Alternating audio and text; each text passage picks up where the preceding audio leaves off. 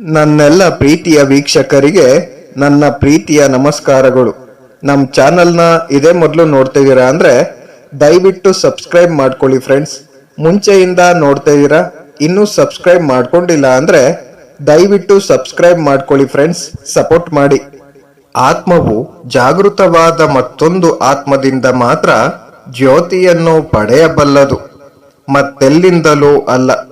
ನಾವು ಬದುಕಿರುವ ತನಕ ಓದುತ್ತಿರಬಹುದು, ನಾವು ಬಹಳ ಬುದ್ಧಿವಂತರಾಗಿರಬಹುದು, ಆದರೆ ಕೊನೆಗೆ ನಮಗೆ ಗೊತ್ತಾಗುವುದು ನಾವು ಆಧ್ಯಾತ್ಮಿಕ ಜೀವನದಲ್ಲಿ ಸ್ವಲ್ಪವೂ ಮುಂದುವರಿದಿಲ್ಲ ಎಂಬುದು.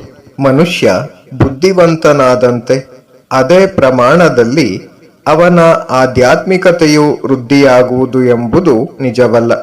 ಗ್ರಂಥಗಳು ನಮ್ಮ ಆಧ್ಯಾತ್ಮಿಕ ಜೀವನವನ್ನು ಪ್ರಚೋದಿಸಲಾರವು. ಆದ ಕಾರಣವೇ ನಮ್ಮಲ್ಲಿ ಹಲವಾರು ಆಧ್ಯಾತ್ಮಿಕ ವಿಷಯಗಳ ಮೇಲೆ ಅದ್ಭುತವಾಗಿ ಮಾತನಾಡಬಲ್ಲವರಾದರೂ ಕಾರತ ಬಂದಾಗ ಅದಿನ್ನು ಸ್ವಲ್ಪವೂ ಅಂತರಾಳಕ್ಕೆ ತಾಕಿಲ್ಲ ಎನ್ನುವುದು ಗೊತ್ತಾಗುವುದು.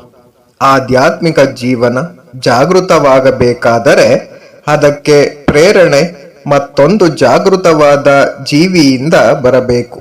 ಯಾರಿಂದ ಇಂತಹ ಪ್ರೇರಣೆ ಬರುವುದೋ ಅವರೇ ಗುರುಗಳು. ಯಾರಿಗೆ ಇದನ್ನು ಕೊಡುವರೋ ಅವನೇ ಶಿಷ್ಯ. ಈಗಿರುವವನೇ ಗುರು. ಮಹಾ ಸಂಸಾರ ಸಾಗರವನ್ನು ತಾನೇ ದಾಟಿರುವವನು, ಯಾವ ಪ್ರತಿಫಲಾಪೇಕ್ಷೆಯೂ ಇಲ್ಲದೆ ಇತರರನ್ನು ದಾಟಿಸುವುದಕ್ಕೆ ಸಿದ್ಧನಾಗಿರುವವನು. ಇಂತಹವರೇ ಗುರುಗಳು, ಇತರರಲ್ಲ. ಪ್ರಕೃತಿಯಲ್ಲಿ ಒಂದು ರಹಸ್ಯ ನಿಯಮ ಇದೆ. ಕ್ಷೇತ್ರ ಅಣಿಯಾಗಿದ್ದರೆ ಬೀಜ ಬರಲೇಬೇಕು. ಯಾರಿಗಾದರೂ ಧರ್ಮ ಬೇಕಾದರೆ ಇದನ್ನು ಕೊಡುವವನು ಬರಲೇಬೇಕು.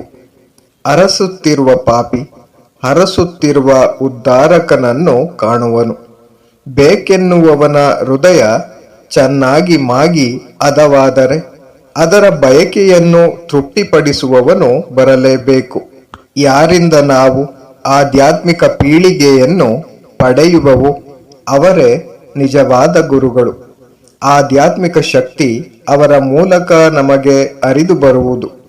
ಆಧ್ಯಾತ್ಮಿಕ ಪ್ರಪಂಚಕ್ಕೂ ನಮಗೂ ಸಂಬಂಧವನ್ನು ಕಲ್ಪಿಸುವವನು ಅವನು. ವ್ಯಕ್ತಿಯ ಮೇಲೆ ಇಡುವ ಅತಿ ಶ್ರದ್ಧೆಯಿಂದ ನಾವು ದುರ್ಬಲರಾಗಬಹುದು. ವ್ಯಕ್ತಿ ಪೂಜೆಯಲ್ಲಿ ಅದು ಪರವಶನಾಗಬಹುದು. ಈ ಅಪಾಯ ಇಲ್ಲಿದೆ. ಆದರೆ ಗುರುವಿನ ಮೇಲಿಡುವ ಪ್ರೇಮಾಧಿಕ್ಯದಿಂದ ಆಧ್ಯಾತ್ಮಿಕ ಜೀವನದಲ್ಲಿ ಮುಂದುವರಿಯುವುದಕ್ಕೆ ಸಹಾಯವಾಗುವುದು. ಅವನು ನಮ್ಮ ಅಂತರಾಮಿ ಗುರುವಿನೊಡನೆ ಸಂಬಂಧವನ್ನು ಕಲ್ಪಿಸುವನು.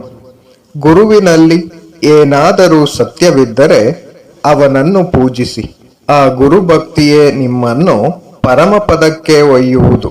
ಒಬ್ಬನಲ್ಲಿ ಬ್ರಹ್ಮ ಜಾಗೃತನಾದರೆ ಆ ಬೆಳಕಿನ ಸಹಾಯದಿಂದ ಸಾವಿರಾರು ಜನ ಮುಂದುವರಿಯಲು ಸಹಾಯವಾಗುವುದು. ಬ್ರಹ್ಮಜ್ಞಾನಿಗಳು ಮಾತ್ರ ಜಗದ್ಗುರುಗಳು. ಎಲ್ಲ ಶಾಸ್ತ್ರಗಳು ಮತ್ತು ಯುಕ್ತಿಯು ಇದನ್ನು ಸಮರ್ಥಿಸುವುದು. ಕುಲಗುರುಗಳ ಸಂಪ್ರದಾಯವನ್ನು ಈ ದೇಶದಲ್ಲಿ ಜಾರಿಗೆ ತಂದದ್ದು ಸ್ವಾರ್ಥರಾದ ಬ್ರಾಹ್ಮಣರು. ಇದು ವೇದಶಾಸ್ತ್ರಗಳಿಗೆ ವಿರೋಧ.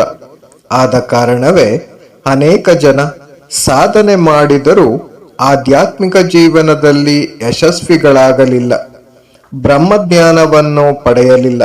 ಗುರುಗಳ ವಿಷಯದಲ್ಲಿ ಇನ್ನೂ ದೊಡ್ಡ ಅಪಾಯವಿದೆ.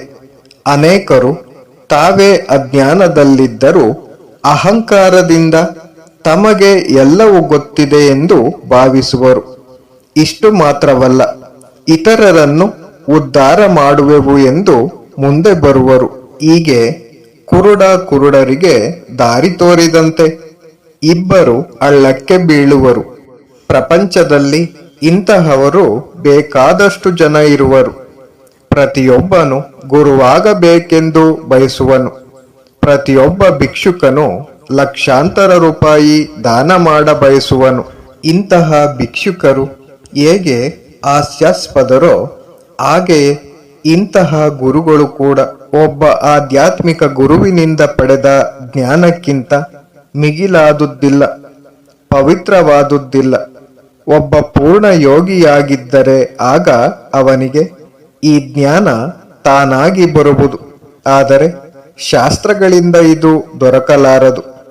ಪ್ರಪಂಚದಲ್ಲೆಲ್ಲ ಇದಕ್ಕಾಗಿ ಅಲೆದಾಡಬಹುದು. Thank you for watching friends. Please subscribe my channel.